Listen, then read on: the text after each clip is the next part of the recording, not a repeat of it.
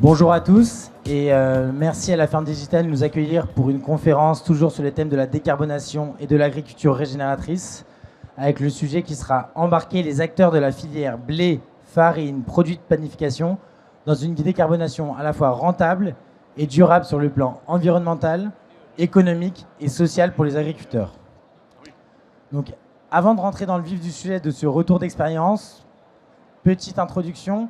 Donc, la transition agroécologique, on connaît les enjeux d'un point de vue réduction des émissions de gaz à effet de serre, la dépendance aux engrais azotés qui sont pour les 2/3 importés, notamment de pays dont la Russie, et le potentiel aussi de l'agriculture de devenir un puits de carbone jusqu'à 18 millions de tonnes de CO2 équivalent par an. Toutefois, cette transition a un coût.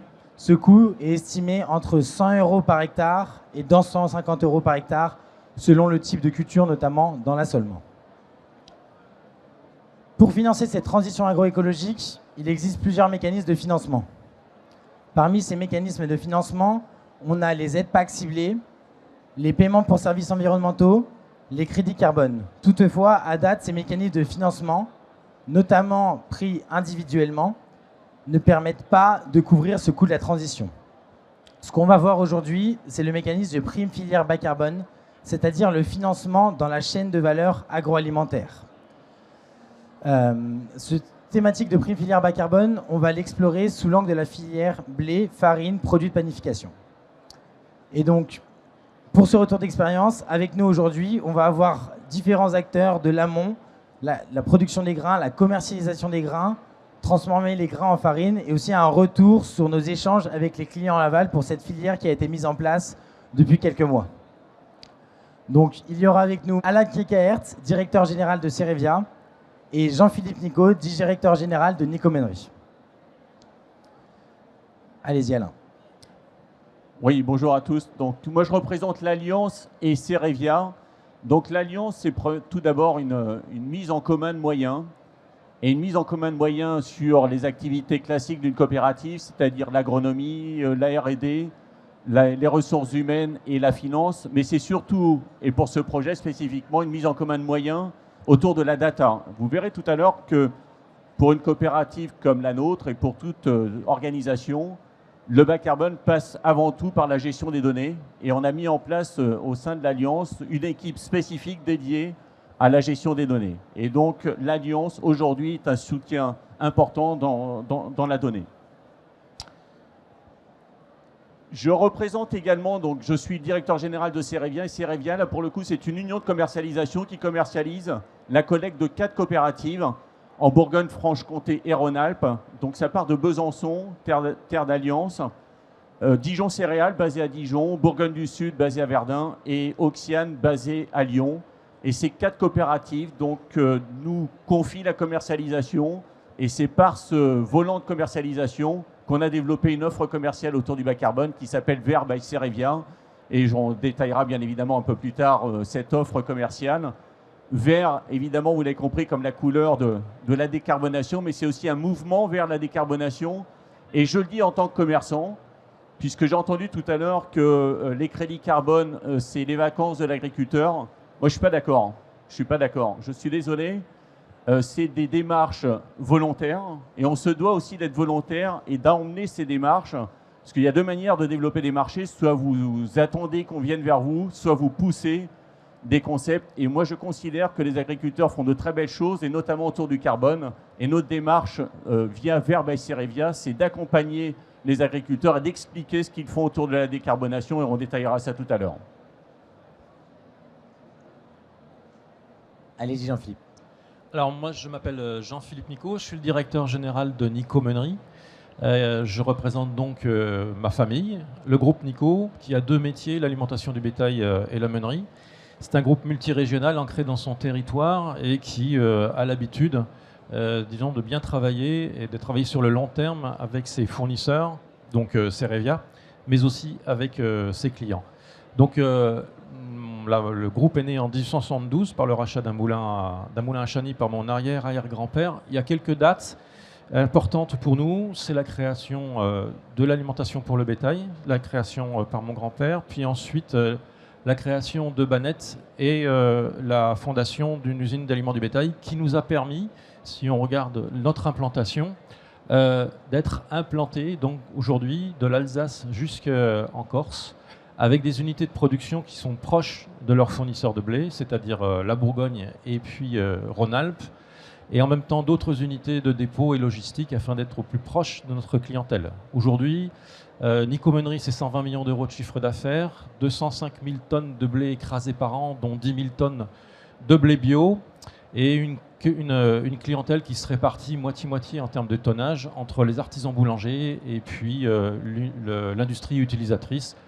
Donc, d'où le titre de notre table ronde qui est blé, farine et panification, puisque dans la panification, on comprend le pain, on comprend la brioche, on comprend les biscuits, enfin on comprend tous les produits qui sont issus de l'écrasement du blé français. Une des particularités de notre entreprise, c'est effectivement d'avoir adhéré ou même d'avoir créé un certain nombre de filières auxquelles Cerevia participe. Donc une des principales pour nous, ça a été FQB, la filière qualité Banette, mais nous avons aussi le CRC, enfin vous pouvez le voir derrière moi, le CRC, le bio, et puis d'autres filières aussi extrêmement régionales comme ma région et ses terroirs en Rhône-Alpes ou alors pour le département de l'Isère, Isère. Voilà. Et du coup, pour créer une filière, ça implique de mettre autour de la table les agriculteurs, l'organisme stockeur, la première transformation et l'aval, les industriels. Donc c'est là qu'on intervient, Nourrisol, dans la mesure, le suivi et le financement de cette transition agroécologique en fournissant des données fiables remontées du terrain, en réalisant des bilans carbone des fermes qui fournissent à la fois les émissions au niveau de la ferme, les émissions par tonne de culture et la dynamique de stockage, ainsi que des indicateurs agroécologiques qui permettent de fournir une première base de données pour construire ces filières. Et ensuite, la construction de cette filière, le but, c'est de créer une offre à valeur ajoutée pour l'aval qui corresponde aussi à la réalité terrain de l'amont et au côté pratique pour l'amont, afin que cela réponde aux besoins des deux côtés et d'aligner l'amont et l'aval. Et donc le financement de cette transition, là on en parle sur la partie prime filière et Nourrisol aussi, on accompagne aussi les agriculteurs dans le financement via la logique de crédit carbone avec une possibilité de cofinancer prime filière et crédit carbone tout en s'assurant le fait qu'il n'y ait pas une double comptabilité.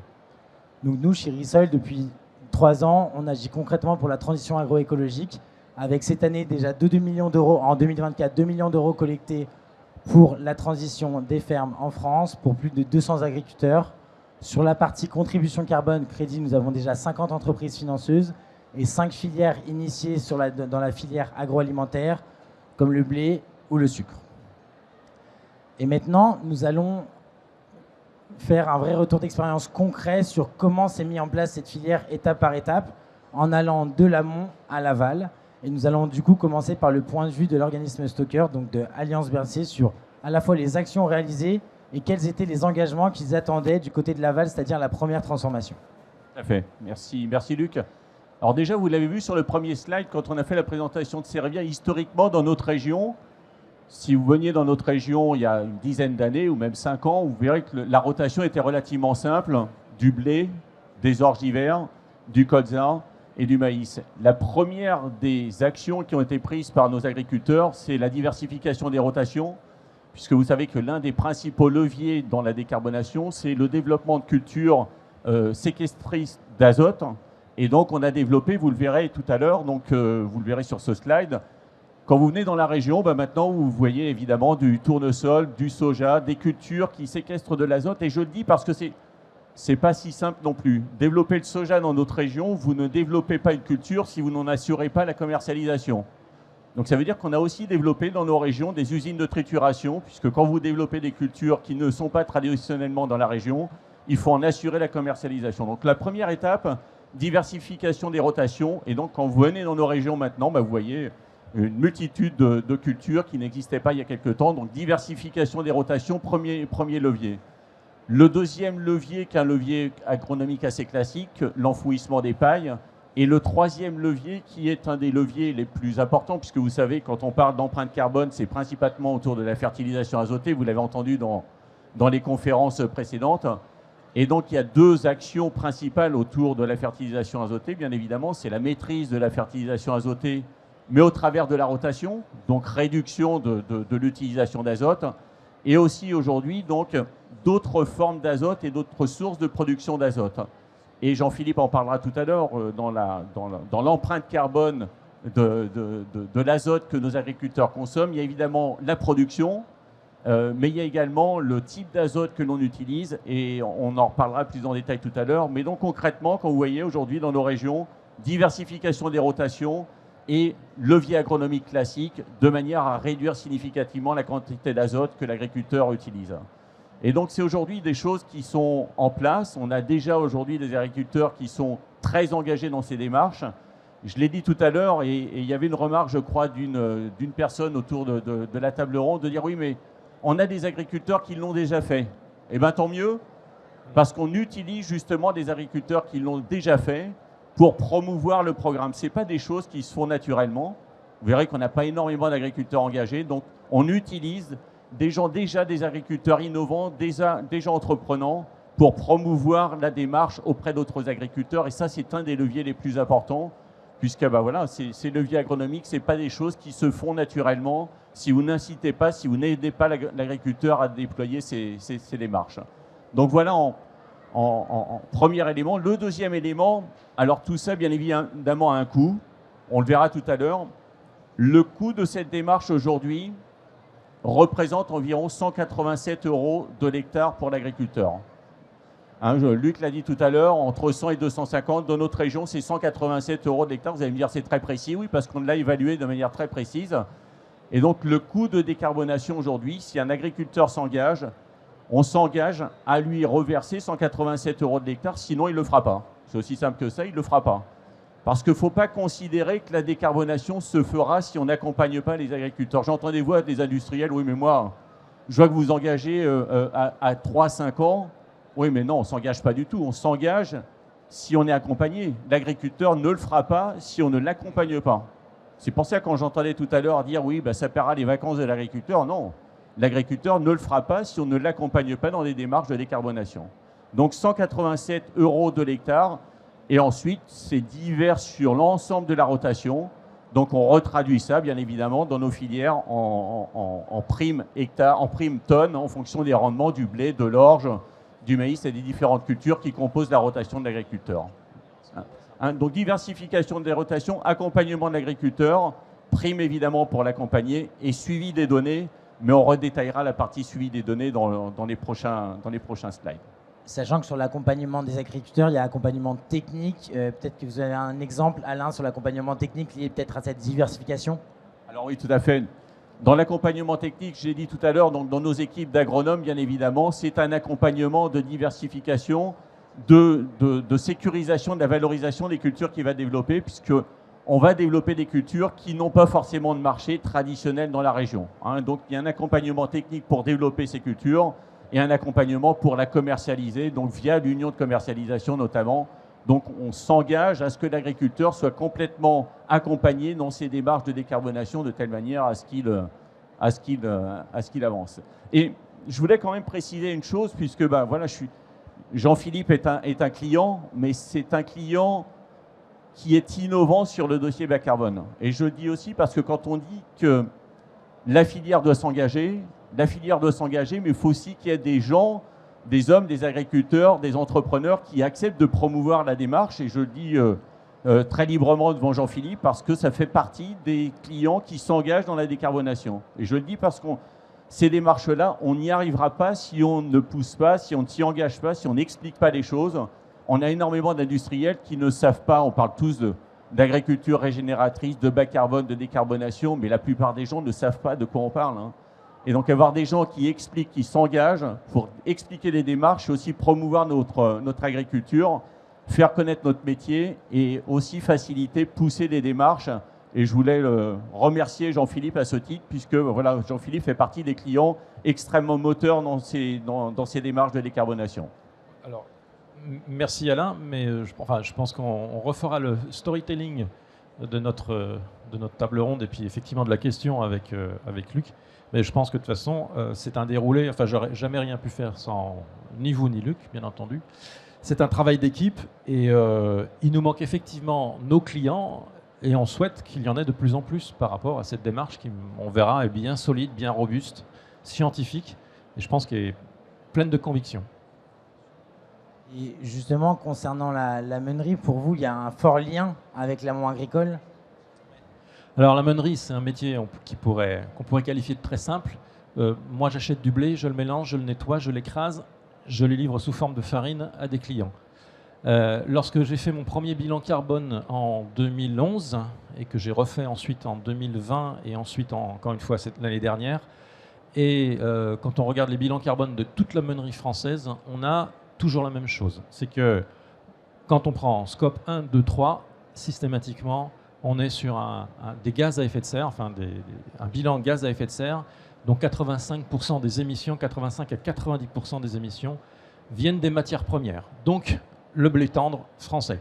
Et ensuite, quand on regarde à l'intérieur de ce blé tendre, effectivement, le gros des émissions est effectué par la fertilisation, l'utilisation donc des engrais, leur fabrication et un petit peu leur transport. Quand on revient à la meunerie, il nous reste 15% de gaz à effet de serre. C'est encore plus simple, puisqu'on a la chance d'être un métier totalement électrifié. Donc notre bilan est plutôt bon au niveau du process, puisqu'on est électrique, donc l'électricité française est plutôt décarbonée. Et il reste une grosse dizaine de pourcentages autour du transport. Donc là, les solutions, elles ne sont pas si nombreuses que ça. Vous avez un petit peu d'oléosan, très peu d'électrique et un peu de gaz. Voilà. Mais le gros, effectivement, encore du transport qui est disponible pour transporter le blé ou transporter la farine, ça reste le gasoil. Et le plus facile à obtenir, ça reste l'oléosan, dont le facteur d'émission est quand même très très intéressant par rapport au gasoil. Donc de toute manière, si nous, meuniers, on veut avancer sur la décarbonation pour notre clientèle, ou artisans boulangers, ou même les grands groupes agroalimentaires, on est tenu d'avancer sur la partie blé. Donc c'était mon principe, forcément de discuter et d'être très transparent et de commencer à créer une filière avec nos principaux fournisseurs. Voilà. Donc il se trouve que Cerevia, comme l'a dit Alain, regroupe les plus grandes coopératives de Bourgogne-Franche-Comté et même de Rhône-Alpes avec Oxiane. Hein. Donc c'est évident que c'était notre premier interlocuteur et on a commencé à travailler avec Ressol parce qu'il y a un niveau de connaissance qui est très important à avoir sur la décarbonation que nous n'avions pas en interne chez Nico Meunerie et que d'ailleurs finalement on a découvert au fur et à mesure grâce à Ressol. Et on a eu la très très bonne surprise de voir que déjà Cerevia et les agriculteurs avaient la décarbonation en tête. Et ça ne s'est pas fait en 2 mois, mais effectivement, vous avez travaillé le sujet depuis 5 ans. Et ça, c'est quelque chose qu'il faut souligner parce que vous avez bien anticipé le sujet. Et d'ailleurs, c'est un sujet, quelque part, encore une fois, de surprise d'un certain nombre de nos clients de savoir que l'agriculture est déjà au courant de tout ce qui se passe et a déjà commencé la démarche. Effectivement, c'est cette avance de phase de la coopérative sur la partie collecte de données, remontée de données, calcul des facteurs d'émission, identification des leviers agronomiques au champ. C'est cette avance de phase sur la partie données qui a permis ensuite de cranter la filière avec Laval. Parce qu'il faut se dire, c'est que ce qu'on a remarqué, nous, avec les discussions avec les nombreux acteurs de Laval, les industriels, c'est qu'ils ne veulent pas commencer à s'engager sur des montants, des primes, tant qu'ils n'ont pas vu les données en face. Donc c'est un peu le serpent qui se met en la queue, avec souvent l'amont qui attend d'avoir des contrats sécurisés pour lancer les diagnostics carbone, et Laval qui attend d'avoir des données pour lancer les diagnostics. Là, au moins, l'avantage, c'est qu'il y avait eu l'engagement, le prise de risque, finalement, en termes de temps, de coût de licence fait par la coopérative pour collecter ces données et engager la transition des agriculteurs. Et du coup, pour la meunerie, quelles étaient les actions que vous avez réalisées pour justement permettre de cranter cette filière et les engagements que vous entendez, vous, vis-à-vis de l'industriel de la seconde transformation? Alors, la seconde transformation sur le sujet, elle est très hétéroclite. À la fois, on a des groupes qui sont cotés en bourse, qui dépassent le milliard de chiffre d'affaires et qui donc sont contraints par les obligations de l'Europe ou de l'État français d'avoir une démarche et d'avoir une trajectoire. Trajectoire qui est fixée en pourcentage et qui fixe une année de départ, une année d'arrivée et ensuite des progrès en pourcentage. Et là, on n'avait pas beaucoup effectivement de données de la part de nos clients. Et je ne sais pas ceux qui voulaient du crédit carbone, je ne sais pas ceux qui étaient capables de payer une prime. Donc il a bien fallu quand même un petit peu avancer à l'aveugle, mais nous n'avons eu qu'un seul client qui s'est déclaré et qui nous a, je dirais, vraiment poussé à trouver des solutions. Ma démarche, moi, ça a été de dire, je résume toujours un petit peu comme ça, on ne pourra pas décarboner notre filière comme on a carboné notre filière. C'est-à-dire, quand je dis on a carboné notre filière, vous avez vu le CRC, vous avez vu le bio, mais chaque fois qu'on a un client industriel, chaque fois on a un nouveau cahier des charges, chaque fois on a une nouvelle demande, etc. etc. Et ça, excusez-moi l'expression, on en crève un peu. Et on ne peut pas commencer une démarche aussi importante que celle-ci et sur le long terme s'il n'y a pas un minimum d'harmonisation, un maximum de dialogue et de transparence entre tous les acteurs. Donc j'ai dit à mon client que je me ferais aider par Resol pour comprendre ce que c'est que la décarbonation, qu'il m'accompagnera et qu'on ira voir ensuite Cerevia pour savoir où est-ce qu'ils en sont et qu'on demanderait à Cerevia d'être effectivement transparent. Alors, j'ai d'autres fournisseurs de blé, on a fait exactement la même démarche et donc on a choisi un certain nombre de critères, les facteurs d'émission, le coût eurotonne, le coût à l'hectare, le coût à l'eurotonne de CO2 économisé. On pourra peut-être revenir dessus, ça c'est important. On a fait du scoring et ensuite on a une proposition. Et j'attends effectivement de mes clients autant de transparence que nous en avons et que aussi de son côté Cerevia en a eu parce que oui, il n'y a pas de secret, il faut vraiment extrêmement détailler le détail de sa prime et ça demande effectivement une grosse transparence, on se met un petit peu nu. Voilà. Il y a un vrai problème, il y a une vraie question sur les facteurs d'émission. On a ce qu'on appelle l'agribalise, mais agribalise c'est une moyenne nationale. La France est très différente, beaucoup de terroirs différents, beaucoup de variétés différentes. Des blés de force, c'est pas la même chose que des blés des BPMF. Donc on a une vraie difficulté pour mettre tout le monde d'accord sur ce sujet-là. Et puis aussi, c'est d'où on part, où est-ce qu'on veut arriver, et quelles sont les capacités de nos fournisseurs de blé, des coopératives, à pouvoir exprimer clairement les économies de gaz à effet de serre, à la fois sur je dirais, la fertilisation, sur la baisse des émissions, et aussi sur le stockage. Et enfin, la difficulté, c'est quand même j'achète du blé que je transforme. Il faut qu'effectivement j'ai un facteur d'émission farine qui va être très différent de celui d'agribalise. Donc là, il faut aussi s'entendre. Enfin, toutes ces questions sont venues au fur et à mesure et on les a résolues d'office. Enfin, on les a résolues parce qu'on avait une discussion très ouverte avec nos clients. Donc effectivement, il y a un enjeu quand on aligne tous les acteurs d'une filière, c'est que un acteur comme Nico Meunery est à la croisée des industriels de Laval qui peuvent tous avoir des demandes un peu différentes et des fournisseurs qui chacun ont une offre qui est sous un certain angle. Le but là n'est pas de trouver le plus petit dénominateur commun entre chacune des offres, mais de faire progresser à la fois les fournisseurs et l'amont pour avoir finalement un plus grand dénominateur commun, pour avoir une offre qui soit la plus robuste possible, tout en réduisant le coût de collecte de données pour ne pas avoir à collecter des données supplémentaires pour chaque demande de Laval. Donc ça, c'était effectivement un des points. Ouais. On a rejoint de toute manière ce qu'a dit tout à l'heure Alain. Le terme est à la mode, mais il fallait co-construire effectivement un cahier des charges et une vraie transparence et une honnêteté. Il fallait qu'effectivement on s'engage sur le long terme. De toute manière, c'est un programme sur le long terme. On n'est pas en train de parler de 2020, on est en train de parler de 2050, 2100, etc., etc.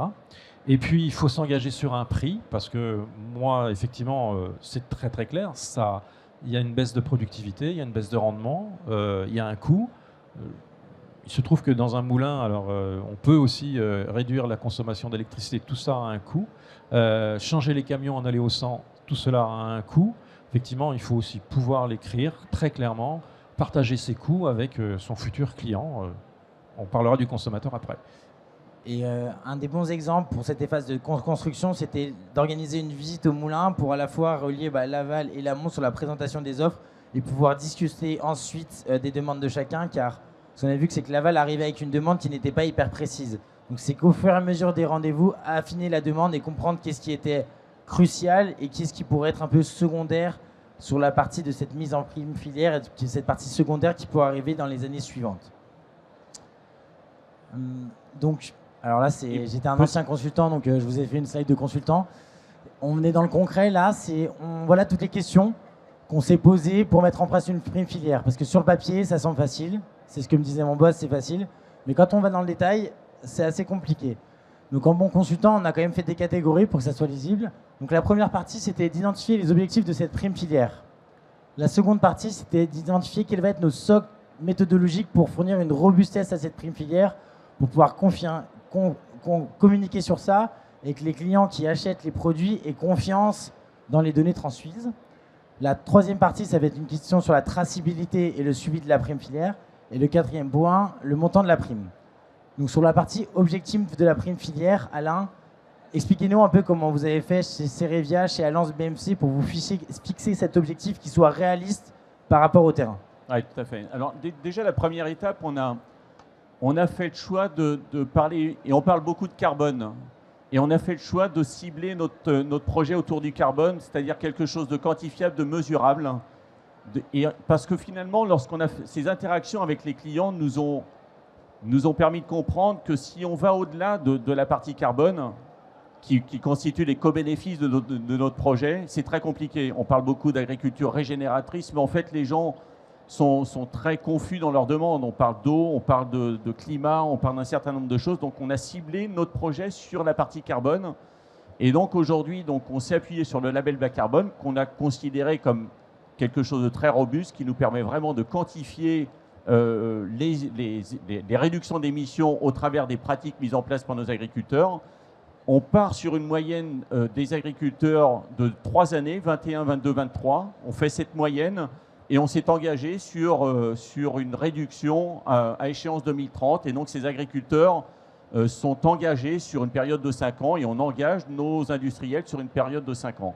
Et donc très axé carbone, mais j'insiste, on communique à la demande de nos clients sur toute la partie co-bénéfice, mais vraiment ciblé carbone de telle manière à ce qu'on puisse quantifier, expliquer et mesurer la démarche. Donc très axé carbone, ce qui permet aussi d'avoir un discours assez clair avec nos agriculteurs, puisqu'on part du principe que ce genre de projets sont beaucoup plus faciles, entre guillemets, à déployer s'ils sont vraiment ciblés autour d'un thème et d'une thématique très précise. Donc vraiment carbone, moyenne de 3 années, engagement sur 3 ans, et on s'appuie sur une labellisation bas carbone et la mesure de ces facteurs d'émission. Donc on s'appuie sur Risol qui nous accompagne sur toutes les mesures et ensuite on détaillera comment les remontées d'informations de nos agriculteurs sont enregistrées au sein de la data et ensuite transcrites en termes de facteurs d'émission par Risol. Donc voilà, clairement, notre démarche a été clairement axée carbone et accompagnement de l'agriculteur. Comme je l'ai dit tout à l'heure, on a évalué le coût de ces démarches à 187 € de l'hectare. Donc, on s'engage à rémunérer l'agriculteur dans ces démarches pour qu'il rentre dans la démarche et s'accompagne. Et on l'accompagne pendant 5 ans sur la base de cette réduction de marge principalement. Donc, on compense la marge qu'il aurait eue s'il n'était pas entré dans ces démarches. C'est pour ça que je répète que sans accompagnement, nos agriculteurs ne rentreront pas dans ces démarches de décarbonation. Et donc là, ce qui est intéressant de retenir, c'est qu'on est parti sur des données propres au terroir spécifique d'Alliance BFC, donc d'avoir un facteur d'émission spécifique, c'est-à-dire propre aux fermes. Parce qu'on n'a pas utilisé Agribalise, qu'en Bourgogne, on est sur des terres argilo-calcaires superficielles, donc il y a peu de reliquats d'azote, peu de réserves hydriques, ce qui fait que par rapport au potentiel de rendement qui est faible, on est obligé de mettre beaucoup d'azote. Donc finalement, par rapport à Agribalise, on est moins bien, mais c'est parce qu'on est moins bien loti en termes de sol. Donc là, la logique de progression, c'est vraiment spécifique, c'est de dire je vais faire moins 20% sur mes émissions à moi. C'est vraiment une logique de flux physique. C'est pas se comparer à un fantôme dans Mario Kart qui en fait n'a pas les mêmes compétences et dire ah bah moi en fait juste parce que j'ai des bonnes terres, des bons rendements, ah bah de base je fais moins 30% d'agribalise. Ça n'a aucun sens climatique en termes de flux physique. Là, c'est vraiment dire d'aller dans une logique de progression. Et encore une fois, pour la moyenne des facteurs d'émission, on est dans le monde agricole. Dans le monde agricole, les rendements varient. Donc, c'est important aussi de lisser sa référence sur plusieurs années. Parce que sinon, moi, je suis un groupe céréalier, je veux faire mes objectifs SBFTI flag de moins 36% sur 10 ans. Je prends la récolte 24. Quand j'ai moins 30% rendement, j'ai un facteur d'émission très mauvais. Quand ça revient à la normale, j'ai réussi. Donc là, l'idée, c'est pour être droit dans les bottes et toujours suivre une logique climatique réaliste et fiable, c'est de dire de prendre une moyenne sur ces 3 ans. Et aussi, il y avait la logique de dire soit on considère que les émissions, soit la partie émissions plus dynamique de stockage des sols. Et là, pour valoriser le fait que le monde agricole peut augmenter la partie stockage des sols, c'était de ne pas regarder que les émissions, mais la partie aussi émissions plus évaluation du stockage, qui permet de valoriser notamment le fait que les agriculteurs mettent en place des couverts végétaux sur des intercultures longues ou courtes, avec des biomasses plus développées. Sur la partie, justement, robustesse méthodologique, on a cité la robustesse méthodologique pour l'amont agricole avec le label bas carbone qui permet d'avoir des émissions à l'hectare, mais vu qu'on a aussi le rendement des émissions par tonne de culture, avec un auditeur qui vient vérifier les pratiques, que ce ne soit pas juste du déclaratif, mais que ce soit vérifié sur base des factures ou de la vérification satellitaire pour les couverts. Sur la partie première transformation moulin, quel a été le choix en termes de robustesse méthodologique? Sur la robustesse, c'était très simple. Il fallait absolument faire un bilan carbone qui soit certifié par l'association Bilan Carbone. Ça me paraissait évident puisque, en fait, chemin faisant, on a découvert qu'on pouvait calculer un facteur d'émission par farine, donc par client. Et c'était un sujet d'autant plus intéressant que c'était normal que le client qui fait l'effort de venir dans la démarche et de payer une prime soit récompensé et puisse vraiment constater la baisse des gaz à effet de serre sur sa farine qui lui est propre. Voilà. Et donc, je reviens effectivement, moi aussi en amont, c'était d'autant plus important pour moi d'avoir en amont vraiment un fournisseur de blé avec le label bas carbone, parce que là encore, c'est un chiffre qui est précis et qui ne laisse pas, il n'y a pas de confusion et il n'y a pas de débat. Et c'est ça le plus important. Et concernant du coup la traçabilité, le suivi de la prime filière, pour la traçabilité, pour expliquer, il y a deux modèles. Sur la traçabilité ségrégation au grain, c'est-à-dire que les grains arrivent dans un silo dédié qui arrive ensuite dans une ligne dédiée du moulin qui permet d'avoir dans son pain ou dans son brioche le grain de blé du champ sur lequel il y a des évolutions de pratiques. Et il y a aussi la logique mass balance, c'est plutôt de se dire j'ai 1000 tonnes de blé liées à des pratiques agriculture régénérative avec une réduction de l'empreinte carbone. L'important, c'est que je ne puisse pas vendre plus de 1000 tonnes, 800 tonnes, on va dire, de farine avec cette prime filière. Pourquoi ce choix du mass balance plutôt que la traçabilité au grain? Alors, je voudrais bien la traçabilité au grain, qui est faisable en bio, qui est faisable en CRC. Ceci dit, on a des masses en face de nous très importantes, des 100 000, 200 000, 300 000 tonnes. Et ce qu'il faut bien voir en meunerie, c'est que systématiquement, la farine est le résultat d'un mélange de blé, de plusieurs variétés, de plusieurs provenances. Et on ne pouvait pas, à l'heure actuelle, vu la quantité de blé fabriqué en bas carbone, avoir la variété, toutes les variétés dont on avait besoin. Donc on est sur le mass balance, mais un mass balance qui est hyper costaud, puisque vous avez votre comptabilisation avec votre label bas carbone, j'ai ma comptabilisation certifiée par le label bas carbone. Effectivement, j'espère que quand on sera en 2050, il y aura tellement de blé bas carbone cultivé en France que j'arrêterai ce mass balance et je serai, comme vous dites, du grain au grain, quoi, presque, hein, au grain près. Ça, c'est mon vœu, effectivement, ça serait vraiment formidable. Mais je voudrais dire aussi que le mass balance n'est pas une espèce de laxisme ou de souplesse, c'est un pragmatisme pour lancer une filière. Voilà, pour lancer les premières 1500 tonnes que le moulin Joseph Nicot a achetées et les premières milliers de tonnes qu'un client va bientôt nous commander. Voilà. Oui, puis, et je rajouterai un élément. Nous, on est bien sûr mass balance en bilan massique, dans lequel on s'engage à ne commercialiser que l'équivalent de ce qu'on a produit, donc 1000 tonnes, 1000 tonnes. Comme l'a dit Jean-Philippe, les filières meuneries sont extrêmement compliquées. Vous avez une multitude de variétés, une multitude de cahiers des charges.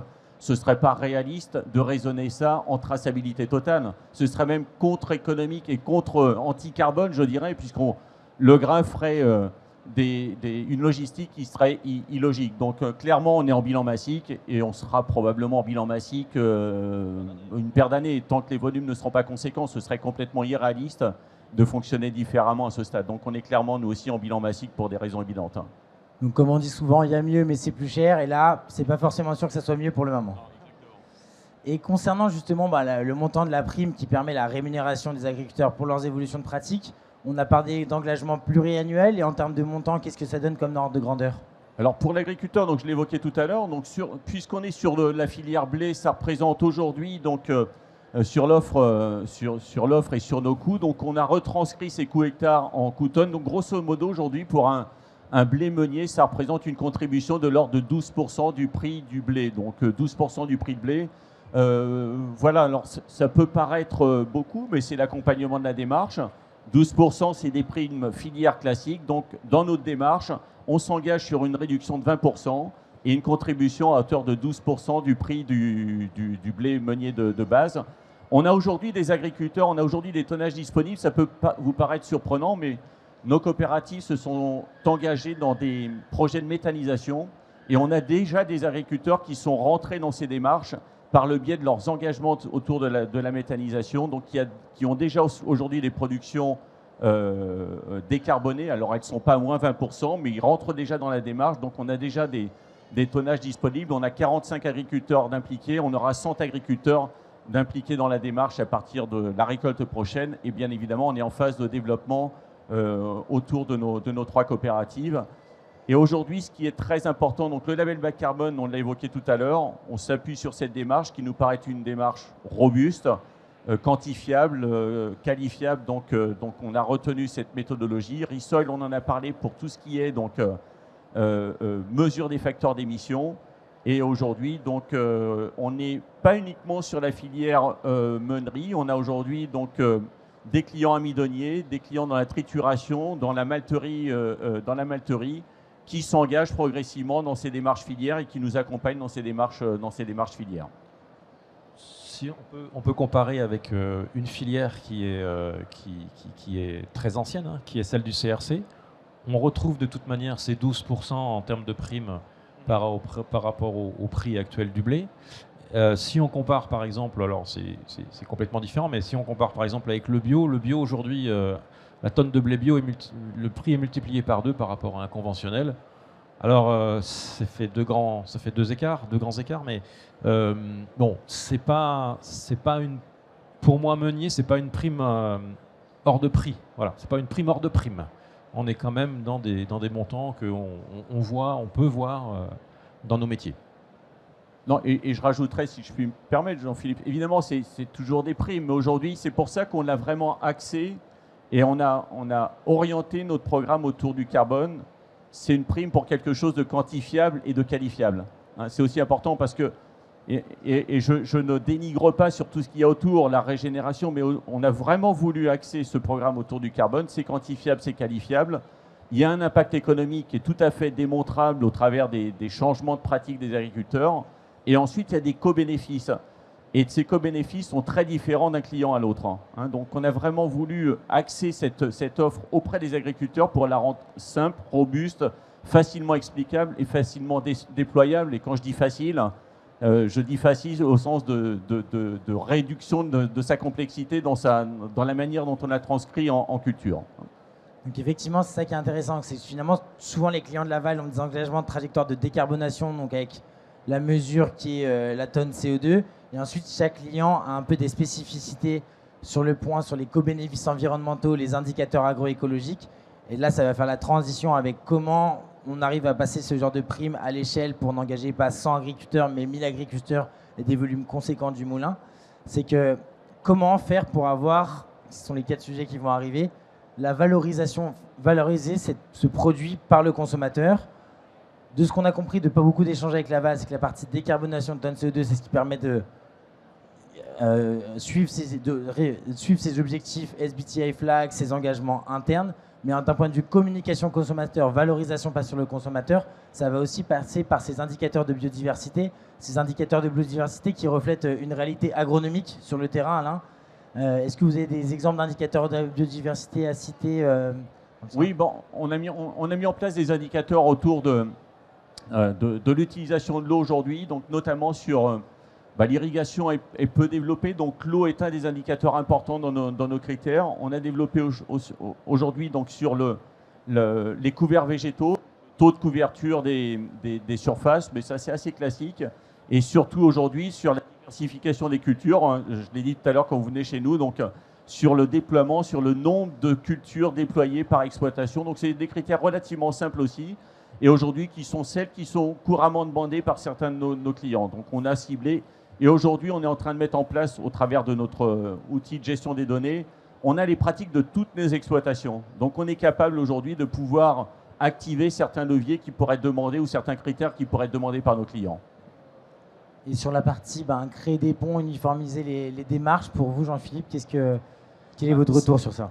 Même si on veut même un petit peu revenir au niveau du consommateur, effectivement, sur notre clientèle, en particulier industrielle, qui a des engagements SBTI, comme vous l'avez dit, Luc, la démarche, elle est solide, elle est robuste. Et ensuite, effectivement, le coût, comment le vendre au consommateur, puisque si je fais un calcul très rapide, la meunerie française utilise 5 millions de tonnes de blé. Admettons que pour aller plus vite, le coût, ça soit 30 € tonne. Le coût annuel pour la France, ça sera 150 millions d'euros, divisé par 60 millions de Français, ça fait 2,50 € par Français et par an.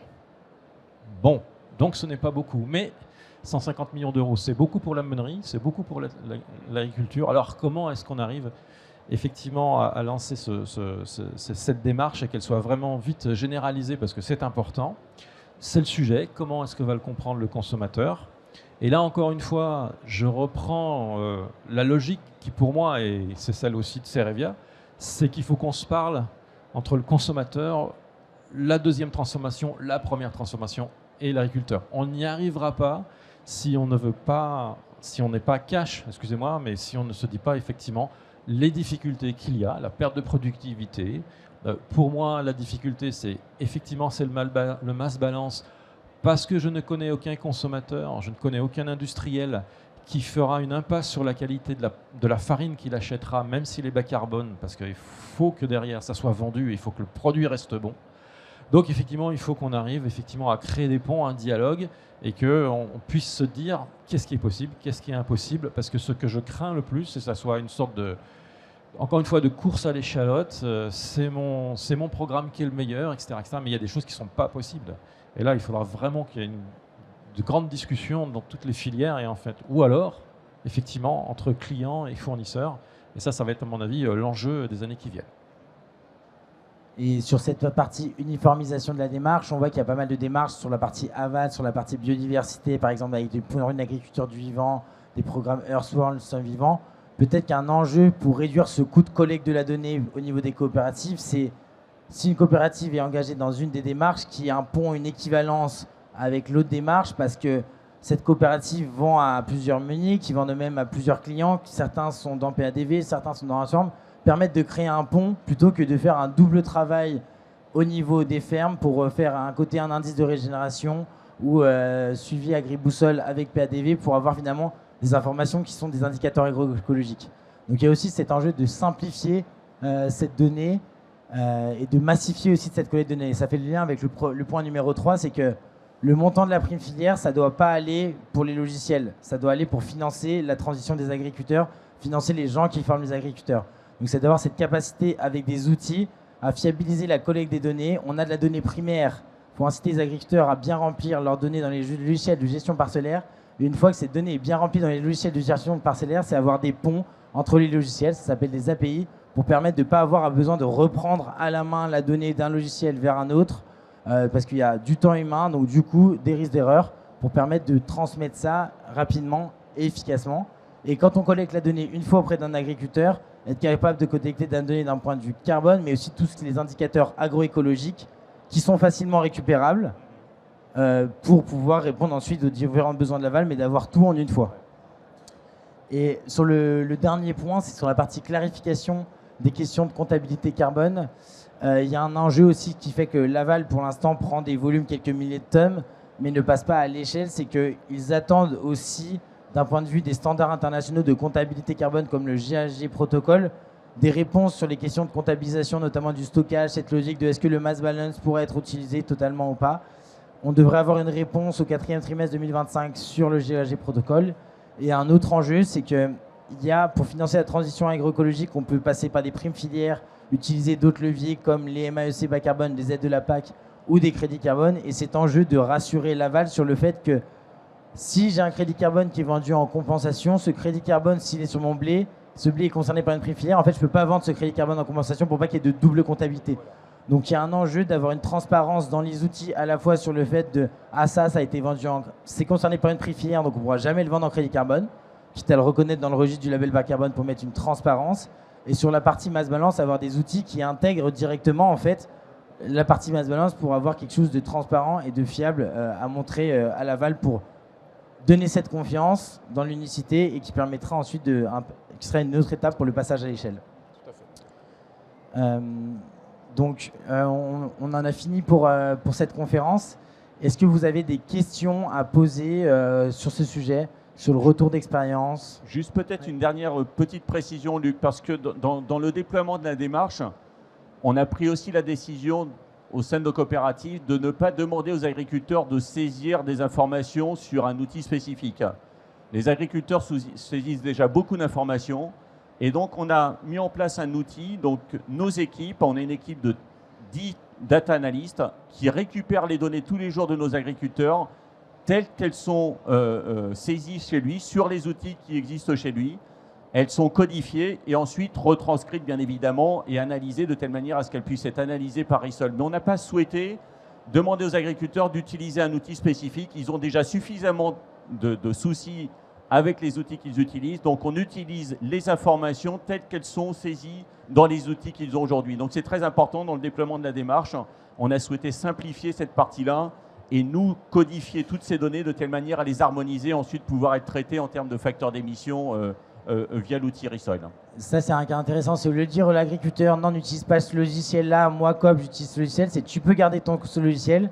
Moi, la Coop, dans mon hub de données, je vais tout mettre sous un format unique qu'ensuite je pourrais transmettre à Risol via API un bon, ça c'est grâce aux équipes données, transmettre automatiquement la donnée qui ensuite dans Risol, nous on a des alertes qui permettent de vérifier, ah au fait pour telle parcelle il manque un rendement, pour fiabiliser cette remontée de données, fiabiliser la correction des erreurs et ensuite dans Risol permettre de faire toute la partie bilan carbone, calcul des empreintes d'émission.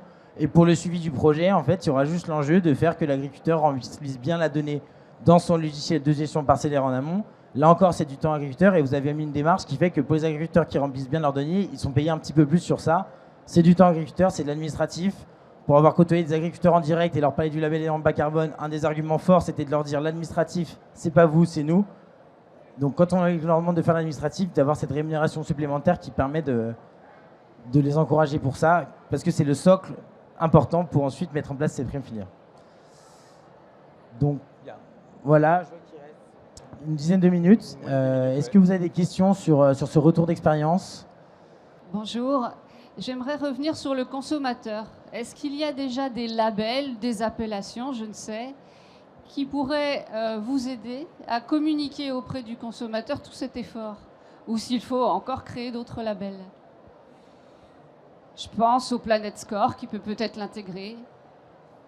Effectivement, je pense que le Planet Score peut être un bon outil parce qu'il se base sur la donnée primaire des agriculteurs. Donc finalement, ça pourrait être juste une brique à brancher en plus sur le hub de données pour avoir ce score Planet Score qui serait intéressant pour ça. Il y a un enjeu effectivement à faire attention à ne pas démultiplier les labels parce que sinon ça perd le consommateur. Donc il y a cet enjeu-là aussi qui est clair. Et pareil pour la communication consommateur, il ne faut pas lui dire 15 indicateurs. Il faut être clair sur un indicateur et potentiellement selon le produit ça va changer. On voit ce qui marche très bien, c'est qu'ils battront. La logique, là, c'est pas trop tant le cahier des charges, c'est plutôt la juste rémunération agriculteur, c'est plus le côté social. Pour d'autres produits, ça sera peut-être plus le côté environnemental qui sera mis en avant. Est-ce qu'on peut supposer que ces démarches sont inflationnistes, en fait, qu'une partie du coût sera répercutée sur le consommateur? C'est ce que je disais tout à l'heure. Le souhait de nous tous, je pense, c'est qu'effectivement, à terme, tout le blé français soit décarboné. Aujourd'hui, malheureusement, quand je fais le coût, alors peut-être qu'on découvrira au fur et à mesure des années qu'il y a d'autres avantages, et à ce moment-là, effectivement, avec la transparence qu'on a mis en place, l'éthique qui est mise en place, la prime pourra peut-être aussi un petit peu baisser, mais en tout état de cause, je ne vois pas comment l'agriculture peut prendre en charge les dizaines de millions, etc., qui sont en jeu. La meunerie, c'est clairement, c'est pas moi qui le dis, c'est le Crédit Agricole. Et donc, je ne vois pas non plus pourquoi la deuxième transformation Je pense qu'il ne faut pas qu'elle aille dans une inflation de demandes, de labels. Et si je pouvais avoir ceci, parce qu'il faut que ça se mette en place. Et paradoxalement, on s'aperçoit, je vous ai fait le calcul, qu'effectivement, pour le consommateur, sur un produit essentiel, alimentaire, qu'on achète tous les jours, qui est populaire et qui est ramené au kilo, c'est vraiment un produit très bon marché, bah effectivement, l'effort de décarbonation est vraiment à portée de main. Alors, c'est un petit peu inflationniste, certes, pour l'agriculteur, pour le meunier, mais finalement, pour le consommateur, ça ne l'est pas. Pour prendre l'exemple, une baguette de pain, 1 centime de plus sur la baguette, ça représente à peu près 40 à 45 euros de plus la tonne pour du blé bas carbone. Donc là, on est à plus de 20% en termes d'augmentation. L'autre chose, c'est que c'est peut-être une démarche inflationniste à court terme, mais qui permet aussi de financer la résilience des exploitations agricoles aux aléas climatiques, notamment en Bourgogne avec des étés secs. Ça permet d'augmenter le taux de matière organique des sols et donc la capacité seule à mieux résister en cas de sécheresse. Donc c'est peut-être légèrement inflationniste à court terme, mais pour éviter une inflation beaucoup plus forte à long terme avec des baisses de production qui pourraient être importantes. Non, puis je vais enfoncer une porte ouverte, mais 2 € par consommateur par an pour une bonne baguette faite avec de la bonne farine de chez Jean-Philippe et des bons blés de Bourgogne-Franche-Comté. Franchement, je ne suis pas d'accord pour parler d'inflation. C'est la vraie valeur des choses. Non, mais je le dis en blaguant, mais il faut arrêter de parler d'inflation. Pour moi, c'est la vraie valeur des choses. Je suis désolé, c'est la contribution à promouvoir une meilleure planète pour nos enfants. Alors là aussi, j'enfonce des portes ouvertes, mais c'est quand même un investissement tout à fait acceptable et raisonnable. Donc je préfère parler d'investissement plutôt qu'inflation, si je puis me permettre, même si je ne veux pas être provocant dans mes propos, mais je pense qu'il faut faire attention d'utiliser les bons termes, je trouve, autour de ces démarches, parce que moi, je considère que c'est quand même des démarches très vertueuses. Et 2 € par an et par consommateur, c'est quand même tout à fait raisonnable. Moi, au-delà des chiffres, je pense qu'effectivement, l'autre voie, c'est ce que vient de dire Alain, c'est effectivement développer, et Luc aussi, c'est développer sur la biodiversité, c'est développer sur l'agriculture régénératrice, c'est développer sur la résilience. Ça dépasse vraiment le cadre ça dépasse le cadre d'un chiffre, d'un ceci, d'un cela. Ça dépasse vraiment notre cadre. Donc il y a un double effet qui se coule qu'on rencontre rarement dans d'autres filières. Donc c'est vraiment la petite révolution tout de même. Voilà. En tout cas, merci beaucoup d'avoir participé à cette conférence. Donc si vous voulez voir le replay, recevoir le replay ou la présentation, vous pouvez prendre mon mail ci-dessous, luc.bailly@risolak.com, ou passer sur notre stand pour continuer la discussion. Merci en tout cas et merci à tous. Merci à tous. Merci à vous.